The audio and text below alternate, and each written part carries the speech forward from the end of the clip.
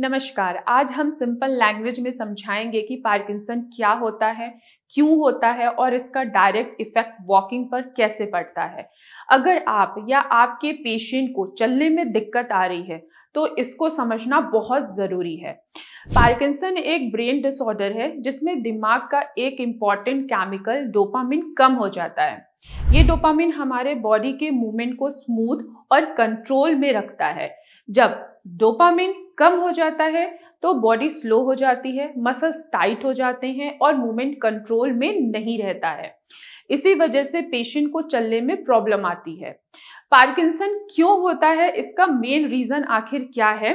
दिमाग में एक पार्ट जिसको हम बेसल गैंग्लिया बोलते हैं, ये बेसल गैंग्लिया के जो सेल होते हैं वो धीरे धीरे डैमेज होने लगते हैं।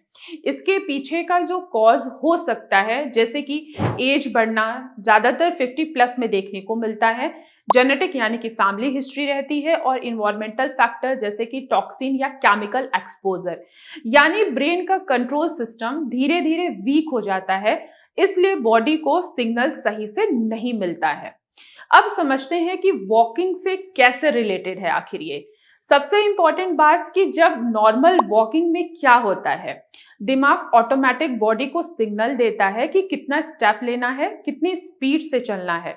और पार्किंसन में क्या होता है कि सिग्नल वीक हो जाता है, स्टेप छोटे हो जाते हैं, पेशेंट रुक रुक कर चलता है, बॉडी आगे के साइड क्या होता है, झुक जाता है। इसलिए पेशेंट को लगता है कि पैर जम गया है।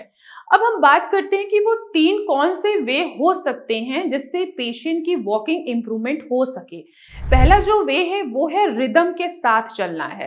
पार्किंसन में दिमाग का एक पार्ट बेसल गैंग्लिया सही से काम नहीं करता है, जो मूवमेंट को कंट्रोल करता है। इस वजह से बॉडी खुद से प्रॉपर रिदम नहीं बना पाती है और चलना स्लो या रुक रुक के चलने लगते हैं पेशेंट।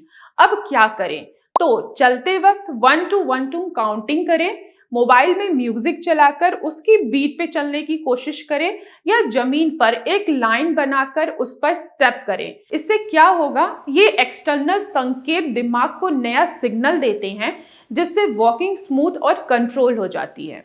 दूसरा वे क्या हो सकता है कि रोजाना आपको वॉकिंग और बैलेंस एक्सरसाइज करनी है।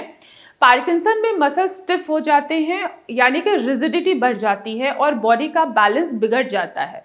इससे स्टेप छोटे हो जाते हैं और गिरने का जो खतरा होता है वो ज़्यादातर बढ़ जाता है। अब हम क्या कर सकते हैं कि हील टू टो वॉकिंग करें, बड़े बड़े स्टेप लें और चेयर से उठें और बैठें। ये अगर आप एक्सरसाइज करते हैं तो ये एक्सरसाइज मसल्स को स्ट्रॉन्ग बनाती है, कोऑर्डिनेशन इंप्रूव करती है और वॉकिंग स्टेबल करती है। तीसरा अगर वे की मैं बात करूं तो वो है सही पोस्चर और सपोर्ट का यूज जरूर करें। पार्किंसन में बॉडी आगे झुक जाती है जिससे बैलेंस और खराब हो जाता है। तो अब क्या कर सकते हैं? तो चलते वक्त सर सीधा रखें, नीचे ना देखें, कंधे पीछे रखें और सीधा चलने की कोशिश करें। जरूरत पड़े तो स्टिक या वॉकर का यूज जरूर करें। सही पोस्चर से बैलेंस इंप्रूव होता है और गिरने का खतरा कम हो जाता है। अगर इन 3 तरीकों को आप डेली प्रैक्टिस करते हो तो पार्किंसन पेशेंट की वॉकिंग में काफी सुधार आ सकता है। तो मैं आशा करती हूँ कि आप लोगों को समझ में आया होगा कि ऐसे कौन सा 3 वे है जो पार्किंसन पेशेंट अपने वॉकिंग को वो इम्प्रूव कर सकते हैं।